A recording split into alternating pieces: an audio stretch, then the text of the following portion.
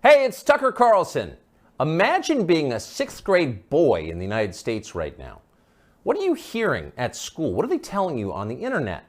Well, they're telling you to stop being yourself, sit still, stop joking, suppress your aggression, share your feelings, obey. Female qualities are virtuous. Masculine qualities are oppressive. That's the message. In case it wasn't clear enough, schools around the country have removed urinals from boys' bathrooms. The male body itself is shameful. Sit down when you pee like a good little girl. Views like this are often called feminism or woke politics, but in fact they amount to mass conversion therapy, an attempt to change the fundamental nature of people. Nothing like this has ever been attempted at scale. It's one of the most grotesque and destructive experiments in human history. What would it be like to find yourself the subject of that experiment as a boy trying to become a man during the Biden years? Well, you might kill yourself. Many have. You might decide to reject your own manhood and embrace androgyny, or even switch sexes. Girls are better? Fine, I'll become one.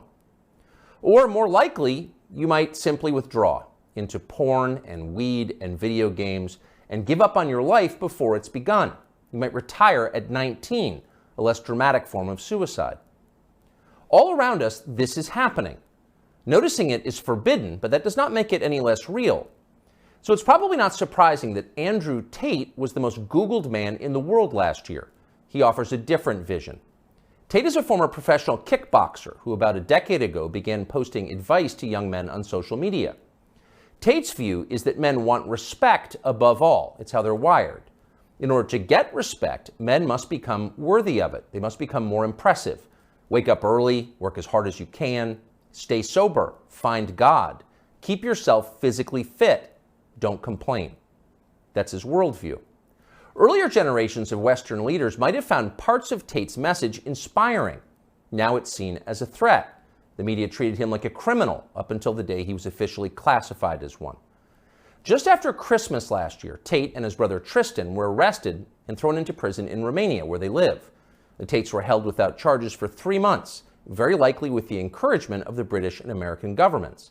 In June, they were charged with human trafficking. They're now under house arrest until their trial. Are the Tates guilty of human trafficking? We're not their lawyers, but it's worth noting that as of today, not a single woman has come forward to say that she was kidnapped or imprisoned or moved across international borders against her will by Andrew or Tristan Tate. It's also true that in some ways, the charges against the Tates seem inevitable, like they were always going to happen. Accusing a man of a sex crime is the fastest possible way to discredit what he's saying. Days after WikiLeaks revealed that the US government had been spying on its allies and lying about it, Julian Assange was arrested in London for rape.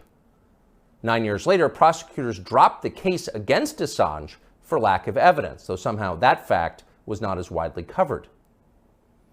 Is that what's happening here? Again, we don't know. Jeffrey Epstein's dinner partners insist that Andrew Tate is a pervert and a criminal. Maybe they're telling the truth. Either way, we think Tate's views about men very much deserve a hearing. So we flew to Romania to talk to him. We're posting the entire interview here on Twitter because we've been assured it will not be taken down for ideological reasons, as so much of his content has been. The video is long, but if you can, take the time to watch it. Make up your own mind about Andrew Tate. Here it is. So what are you charged with? That's a really good question. I'm charged with being the head of an organized criminal group, which is in charge of recruiting girls to make TikTok videos to steal the money from the TikTok views. Recruiting girls to make TikTok videos and stealing the money. So it's really a financial crime? It looks that way, and it's very interesting because the girls who they've identified to add to the file are saying that we're not victims of anything and this isn't true. But the state believes it's true, and the state thinks that I, as a 35-year-old man, woke up. I was already extremely financially successful. I was already a father. I was already very well known. I had no financial motivation. I have no criminal record. It's not my personality profile, but I woke up at the age of 35 and decided to make girls do TikTok to enrich myself with the pennies that I would earn from TikTok views. So in the United States, I think the belief is that you were charged with human trafficking. Yeah, that's human trafficking, because what you do is you force a girl to work against her will for financial gain. That's human trafficking. And their justification for this is that girls do TikTok. Some girls I know who they found who say they're not victims have TikTok accounts. How do you force someone to do TikTok videos? I guess the prosecutor is going to have to explain that, isn't he? It's a very interesting scenario I'm in, and I'm inside of Romania, so I have to show a degree of respect to the Romanian judicial system. And I have to show a degree of respect to the situation I'm in. But the overall charge is that there's an organized criminal group. There's a group of us. I'm the head of it. My brother is below me. And we use the lover boy method to convince women to do TikTok videos to make money so that we can steal the TikTok money. So there's no, just to be clear, you are not accused of pandering, of pimping, of forcing women to have sex with anybody. No, not forcing them to have sex, not restraining their movement, not stopping them from living a full life, but the fact that we are somehow convincing them to have TikTok. Very interesting. I don't think... But there's no actual... I'm asking you this because I do think it's a widespread belief that you were accused of pimping. Yeah, no, that's nothing to do with any of this case. Absolutely nothing. And it's kind of scary because the crime in itself of human trafficking is a unique one, because they can ignore the statement of the victim. So the girls have come forward and said, this is insane. You've just picked us because we're near Andrew and we're his friends. But the whole idea of the crime is they can say that she's brainwashed, right? She's under duress. So you can ignore her statement. State says she's a victim regardless of the fact that she says she's not a victim. So it's very interesting because the difference between sex and rape is consent, right? Right. But they remove all of that. They're like, nope, you're a victim. No matter what you say, we're deciding you're a victim. And they've chosen them. And of course, these girls do nothing pornographic. They've never had sex with anyone, nothing to do with that. So they've picked TikTok. So it's scary. Imagine you're a full-grown man anywhere in the world today.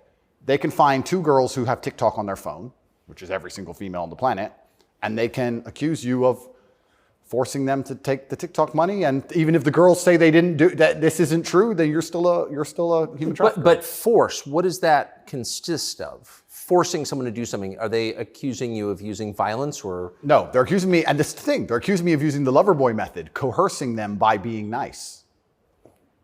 And by the way, these charges presumably are public, so... They're public, and this is extremely serious, but if you actually analyze the overall case against me, they're saying that Andrew and his brother, by being nice men, convinced girls to have TikTok accounts and then take the money. And it's very interesting because inside of the entire case file, there's not a single financial transaction to us for money. What are the penalties? They're extremely severe, 5 to 10 years in jail.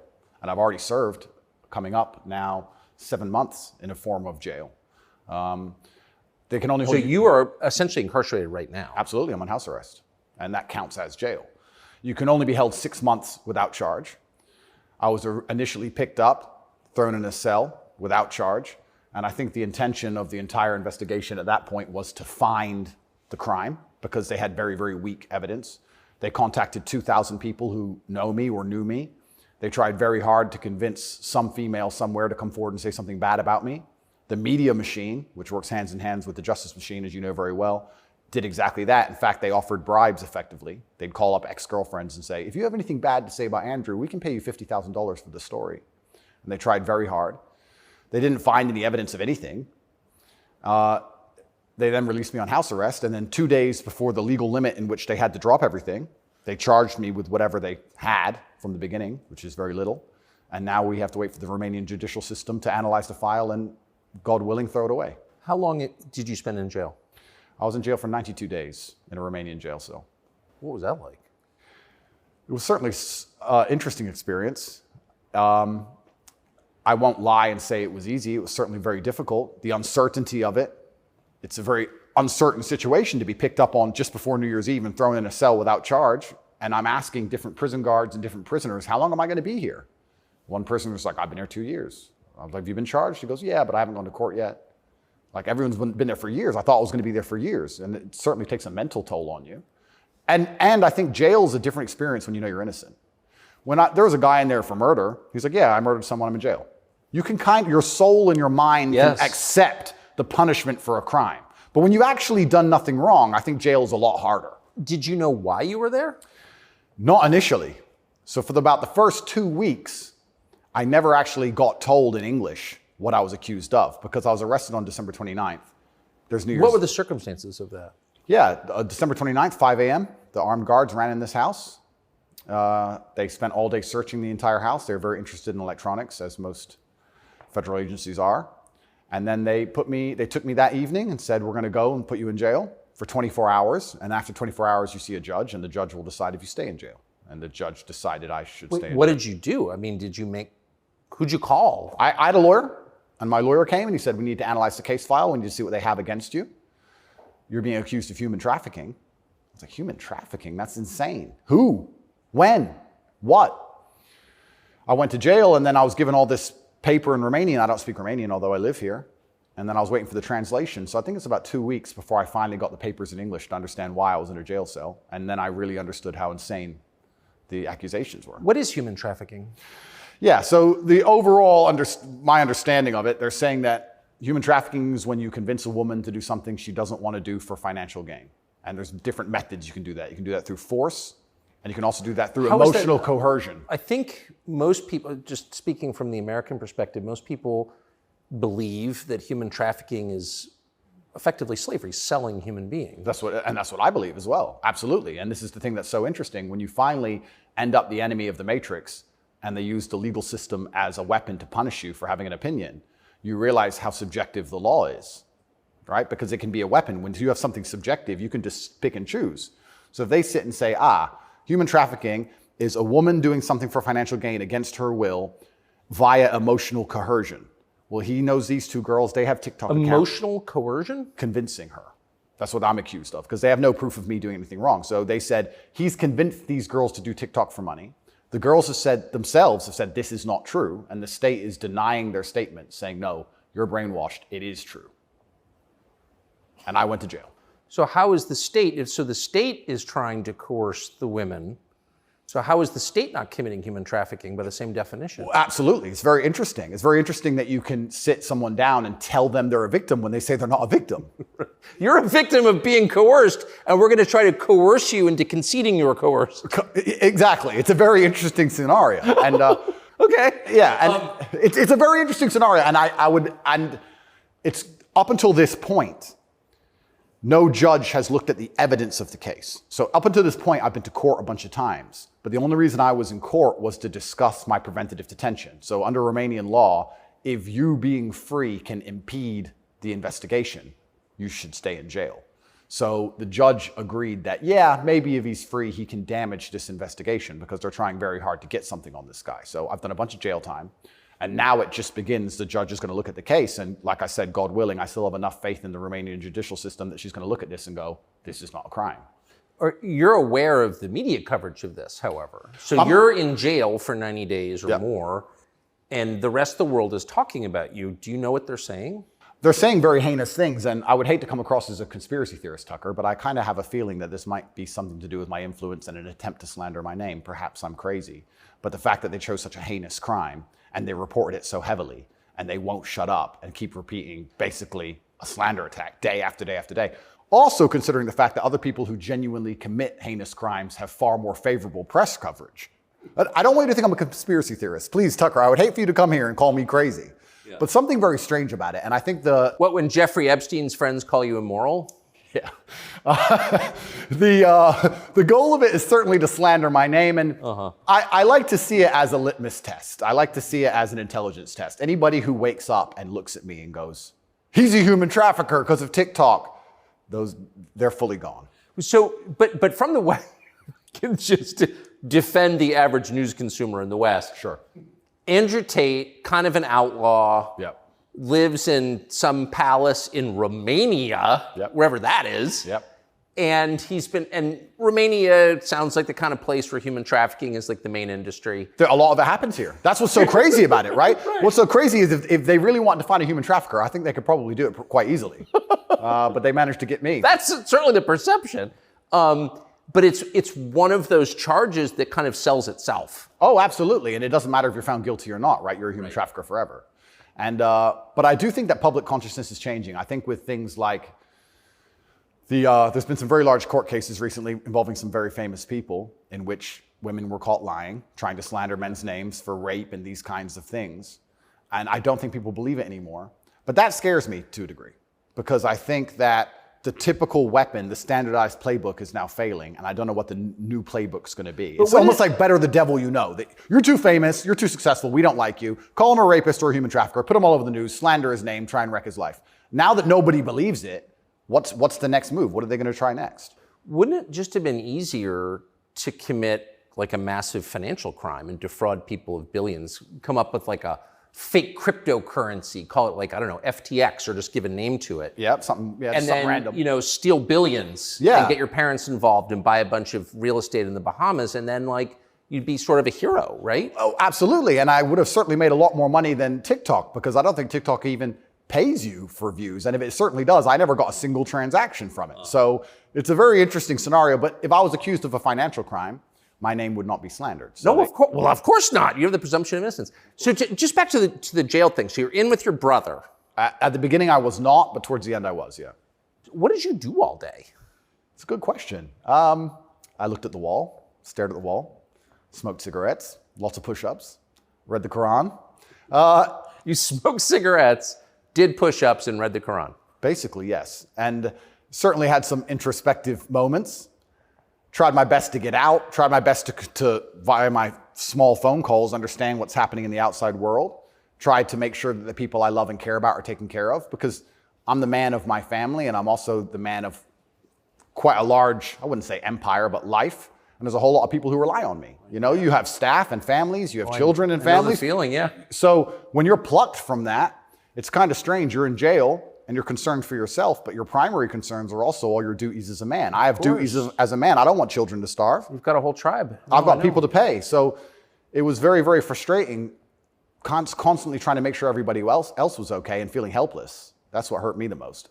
I was trying to make sure everybody I love and care about was fine, and I wasn't as powerful as I should have been. And that was very upsetting. And especially if they're going to keep me there for years, I was having serious concerns about how I can feed the people I love. Did you ever come to the edge at all? No. I certainly had some days I was less happy than others, but I made sure that my mindset was built in a way that I could always be doing something constructive. And also, I think you get what you give in life. And if I ever felt particularly sad on a day, I would try very hard to make other people happy, because if I made other people smile, I'd feel better.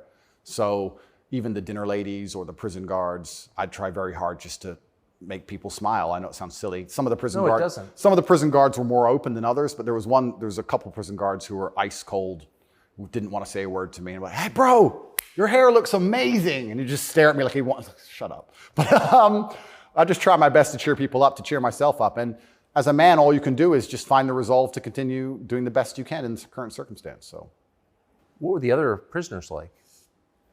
I don't want to insult Romania in any way, and I love this country and I chose to live here. But if I had to describe it for the people, for an American audience to understand, I don't think Romania and a lot of these countries have the same kind of mental health setup or the mental health support that a lot of Western nations have. So you end up in jail. So I think there was a lot of mental health problems inside the jail. So it was very similar. It wasn't just a jail. There was also a lot of mental health problems in there, which adds a new complexity and a new dimension to the suffering, because there's just random screaming and there's suicide and it's certainly not a very nice place to be. Oh, so it's horrifying. Yeah, I don't want to go back. You hear the phrase Romanian prison and it sounds tough. So it was what you would imagine. It is. And when this process is over, there's a lot more I will say, but I will say the staff were very nice to me, and I want to make this clear. I want to make it very clear that all the staff in the jail were very professional and very nice to me. I would almost say that they believed I was innocent and they understood that I didn't belong there. There was a semi-apologetic vibe to the way I was treated by the guards, if that makes sense. Yes. They understood very well.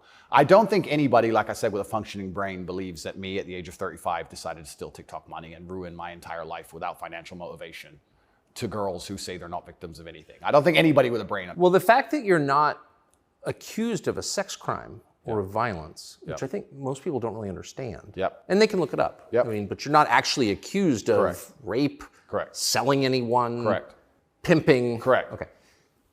That right there raises a lot of questions. Well, yeah, and this is the thing that's so interesting because I'm accused of using a method of human trafficking called the Loverboy method. So how that would traditionally work is a man would meet a girl, become her boyfriend, take her to another country, turn her into a prostitute, say I love you, like pimping. Of course. But they're saying, because all my conversations with these girls are very nice, they're saying that I use the Loverboy method to convince them to do TikTok. And once again, I never made a penny from TikTok, and I have no interest in girls' TikTok's accounts, and I've never made any money from TikTok in my life. So that raises the question. So that right there, I think, I mean, we can let people assess. I'm not, an expert on the Romanian legal code, but that's kind of not the impression that most people have. Okay? And that's the media, who have made that the media have tried very hard to do that. And if I had to estimate, I think that the overall intention was just to throw me in a cell, use the media machine to drum up something real. I think that's what the goal was. So, but what's and I believe that. It seems, obviously. Yeah. One thing, I've never been to Romania before, and one thing I'm struck by is the American presence here. Oh, it's massive. Fully understand that. So there are 3 NATO bases here now. They're bustling because of the war in Ukraine. Yep. One's on the Black Sea, right below Crimea. So this is strategically important, this country, to NATO.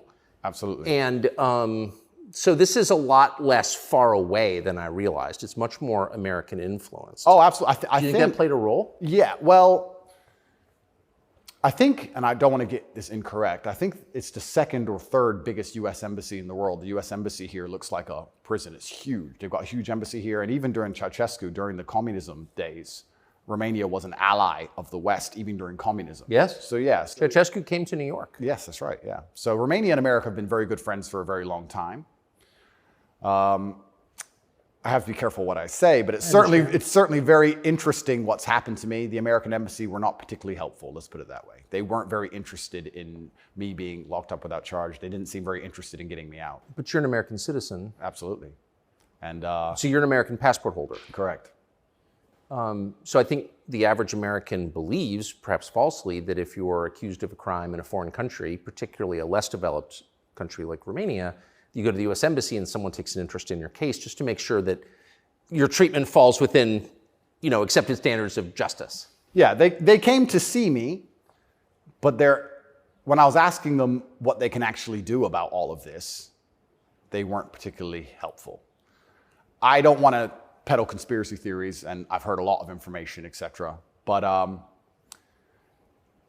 wouldn't say they sanctioned it. I don't know if they had to sanction it, but they weren't particularly interested in getting me out. But at least they came to see me more than once. I mean, they kind of pretended to care. The UK embassy didn't even pretend to care. The UK embassy was, I really think they enjoyed it.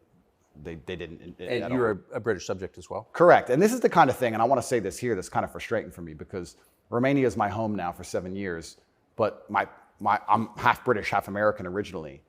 And when something like this happens to you, you have this longing for home.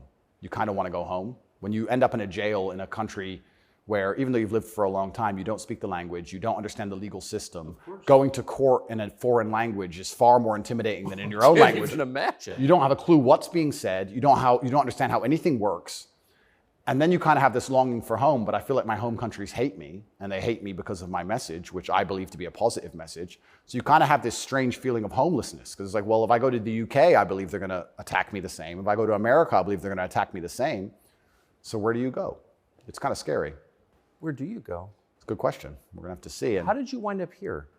I moved to Romania. I came to visit a long time ago. Before anybody ever visited Romania, I came to visit, and I genuinely fell in love with the place. It truly is a fantastic country. I love nature, as an amazing nature. It's a very safe place. It has this reputation of being dangerous. It's not dangerous. It's very safe. The people are very good. The people are very conservative traditionally. It's almost like America was 20, 30 years ago. It's gorgeous. They have a bunch of nice restaurants and plenty of things to do, and I've never had a problem here in any way. Never had any issue with the law or with the other side, criminals, nothing, until this came out of nowhere. So it's been very strange. So what is it about your message, do you think, that infuriates certain people? Well, my message is traditional masculinity. My message is to stand up and say what you mean and mean what you say. And even going to the gym nowadays is an act of defiance, because when you have a man who's built with any degree of principle, you say no to things. And I think if I have to analyze my message and why I'm so disliked by the people who dislike me, it's not the things I'm saying, it's the fact that if you adhere to my principles and you adhere to the things I say, you end up being the kind of person who will resist certain ideas. You say no. What kind of man never says no? Name a man who never says no. Men say no, right? Men wake up and say, no, I don't think that should be done this way. No, my children will not be taught that. It's no. the father's primary job. Absolutely. So when you say to men, listen, you're allowed to have an opinion. You're allowed to have standards. You're allowed to have boundaries and barriers. You're allowed to get up and become important and work hard and try hard and become the kind of man who can't be controlled, then you're seen as an enemy. And I, especially with the massive influence I've gained, I think they look at me and go, he's helping men resist the slave programming. We don't need him around. We need to empty their brains so we can inject the slave programming and convince men to be eunuchs, because once you're eunuched, then you're not a threat. I think I buy that. Because your message, I'm not the world's expert on your message, but I've seen a lot of it, and it's not explicitly political, actually. No, it's not political at all.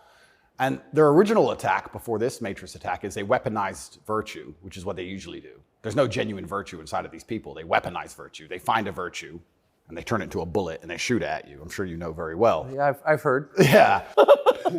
I was a misogynist for the longest time just for saying that men should have standards. If you tell a man he can have standards in a relationship in any way, you're a misogynist. It's actually very interesting because what does that mean to have standards in a relationship? But this is the thing that's so interesting about it, because they've gendered the argument when I never did. I said as a man, you shouldn't have a girlfriend who is a liar and a cheater, and you also shouldn't have male friends who are liars and cheaters. You shouldn't be around dishonest people, yes, male or female. Amen. And they gendered it and said, he's a misogynist. He's saying that men should only act this way with women, etc. I said that men should have standards, and you should have protocols that you're prepared to accept, and you should have hard parameters. And if a woman doesn't want to adhere to those parameters, that's her decision, and it's her prerogative, but you don't have to stay with her. Why should you? What's wrong with that? Well, that's teaching men to say no. They don't want men to say no. So are you arguing that it's better to be with a virtuous woman? I think so, yes. I know that's crazy. No, I'm serious. I mean, that seems I like am, Tucker. I don't want to. That seems like good advice. I don't want to come across as extreme. But yes, I am. And what's actually funny is I really believe most of the things I'm saying were accepted by absolutely everybody 15 years ago, 10 years ago. And now it's public enemy number one. And it's because of the mass influence I have. At one point, I became the most Googled man on earth. At one point. And it's a scary situation I'm in. But if you're arguing that it's really important for a man to find a good woman, a decent woman, an honest woman, that's the truest thing that's ever been said. I Absolutely. mean, that's the most important thing any man can do. I mean, I can just tell you firsthand. Oh, thank you very much. Married 32 years, that's the most important thing. And you think saying that angered people? Absolutely, because I'm arguing the only way to do that is via masculine excellence. I'm saying in the world we live in today, it's hyper-competitive. And if you want to be the kind of man that has the choice of women to choose a good one, you need to be an excellent man. It's no longer acceptable for you to just be an average Joe or below average. You have to get up and you have to work hard and you have to be smart and interesting and you have to be charismatic and make some money and be in good shape and you have to try very hard. And unfortunately for them, if you follow that path as a man and you become successful in those realms, you end up being the kind of person who resists enslavement. You become the kind of person who wakes up and says, no, I don't believe in that. That doesn't make sense to me. I can't imagine a better message than that. If you want a good society. So then you have to argue and sit and say, do these people want a happy, functioning society or do they want something else? What do you think? I think that I would never kill myself. And I also... Just throwing that out there? And I also think that when you want to conquer a society, you kill the military-age males. That's what you do. That's the first thing they've ever done. They walk in and all the men have to have their throats cut. They can't perhaps do that, but they can certainly cut your balls off. And then you can't resist.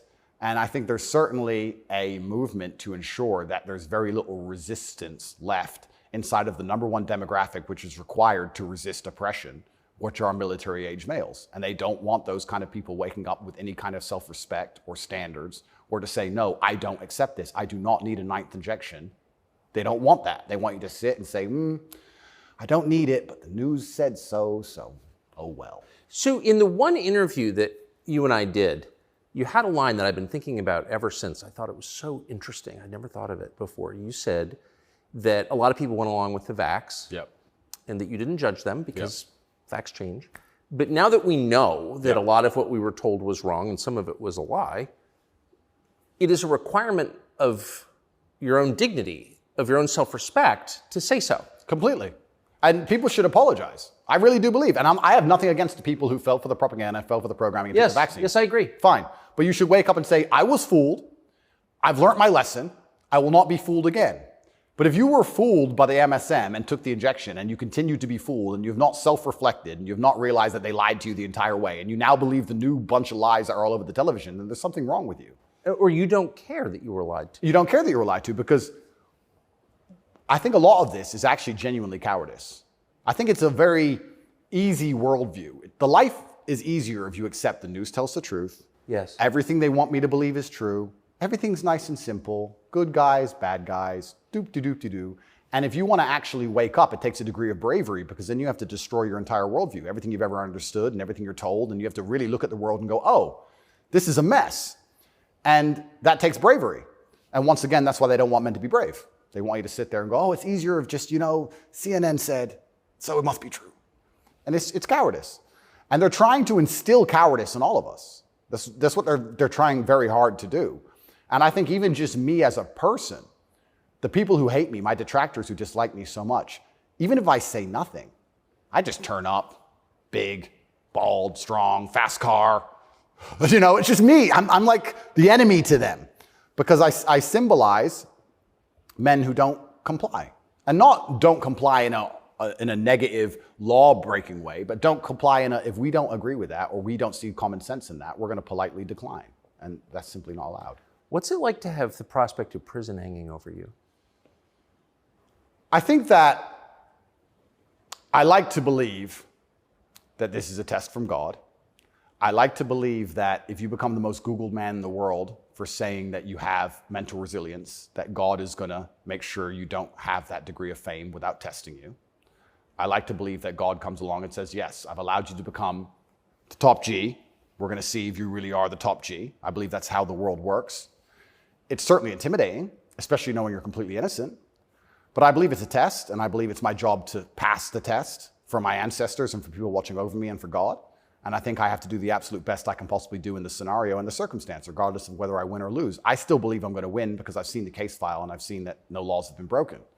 But even in the very unfortunate circumstance that this matrix attack goes deep enough to throw me into a jail cell, I think I should handle it like a man. I think I should stay and finish the process, and I should walk with my head held high and suffer as much as I need to suffer to stick by my convictions and know that I'm an innocent person. And I refuse to break. I refuse to cry. I refuse to be depressed about it. I'm going to wake up and I'm going to smile regardless. And regardless of what happens to me, I want everyone to know that, one, I would never kill myself. And two, I think that as a man, there's always going to be a degree of pain and suffering in your journey. I don't think you're ever going to become a successful man or be good at being a man without pain and suffering. And there's many times in my life where something terrible happened to me, and at the time, if I could change it, I would have. But retrospectively, you kind of look back and go, you know what, that was formulative for me. That's right. That is what God decided I needed to become who I became. So all of the pain and all the suffering I've ever gone through in my life ended up, in the end, building me into the person I am, and I'm proud of who I am. So if God decides I need to go back to a Romanian dungeon for however many days, then all I can do is accept it and accept his plan and accept that it's going to make me a better person and so deal with you it. see the hand of God in your life? Absolutely. I think that he is the best of planners. And like I said, if you retrospectively analyze all the times in life you wish you could have changed things, yes, he knew better. And I'm going to have to accept that. When did you conclude that? I guess I always kind of knew. I was atheistic for a while when I was younger. But as you get older, you start to look at the world and understand that the thing for me was actually, I guess, a scientific principle. It was Newton's law of equal and opposite force. If there is evil in the world, and I'd like to think we both agree there certainly is, yes, there has to be an equal and opposite force, which is good. And I would like to think that that is God. Even the idea of God as a notion, even just as a concept, if that idea of God resists evil, then God is real. If you have two islands, you have two people, let's say a ship crashes, and you have two people who swim to two different islands, and one island they're atheists, savages, and they rip you apart, and the other island you get there and they believe in God and they believe they're not allowed to kill you. Even just their idea of God saved your life. So I think even just the concept of God in and of itself, if enough people believe in it makes them do good, then God must be true, and that's the equal and opposite force to the evil of the world. And this is how I view it. So I don't see how anybody with a conscience cannot believe in God anymore. That's such a profoundly different worldview from the one that we're presented with, I think. Yeah. Do you think that's maybe the division in the West between people who see those forces at work and those who don't? I think the West is actually split between people who think and people who don't think at all. I think the people, there's no such thing as these two opposing worldviews. I think people believe there's worldview A and worldview B. I disagree with that. I think there's worldview A, the good guys, which are primarily people who do believe in God, do have parameters, do believe in standards, do believe in self-respect, do know how to say no. And there's worldview B, which changes day by day, based on what they're told, which means they have no real worldview at all. They just repeat. And they have no standards and they have no parameters. There's nothing you can tell them that will make them wake up and go, that's wrong, because they have no inherent morality. So you can literally, you can say bestiality is accepted and encouraged now. It's good for you because for climate change. And they'll sit there and go, oh, for climate change, oh, well, off we go. And they'll just do it. So I think you have a camp of people who think, and you have a camp of people who repeat. And I don't think there's actually the opposing side to the good, I don't think function as a thinking populace at all. I think they simply repeat. It feels like the conflict between those two groups is getting more intense. It's certainly getting more intense. And it was interesting for me because, and I want to be an optimist, but I lost so much faith in humanity during COVID. If you would have told me how COVID would have gone down before COVID, I'd say no way. We're not that bad. I thought the people aren't that dumb. But when I experienced COVID, it's actually scary. You see how the Nazis managed to do what they did. You see how they managed to put people in concentration camps. You see it. And I had a very unique view of COVID because in the first days of COVID, when people were falling over in China and the Italian hospitals were overrun, at the height of the panic, when most people believed, because it was the very beginning, early stages, my brother and I had a very logical conversation and said, we're two military-aged men in very good physical condition. If we die of this, the world's over. If it can kill us, it's zombie apocalypse. So why are we going to live in fear? So we found the only two countries that were open, which were Sweden and Belarus. We had just been to Belarus. This is before the Ukraine war. We'd just been there. We decided to try Sweden. So for the first 3 months of COVID, during the height of lockdowns, when Florida was closed, when it was absolute... I remember. Yeah, when it was the craziest lockdowns globally, me and Tristan are in Sweden in absolute freedom. They had no restrictions, no masks, no vaccine passports, no social distancing, nightclubs are full, restaurants are open, perfectly complete normal society. Nobody talks about this anymore. Nobody talks about, wait, Sweden never did a thing. Everything functioned perfectly fine the entire time. And they don't have it. Where's their illness of severe, their winter of severe illness and death? Yes.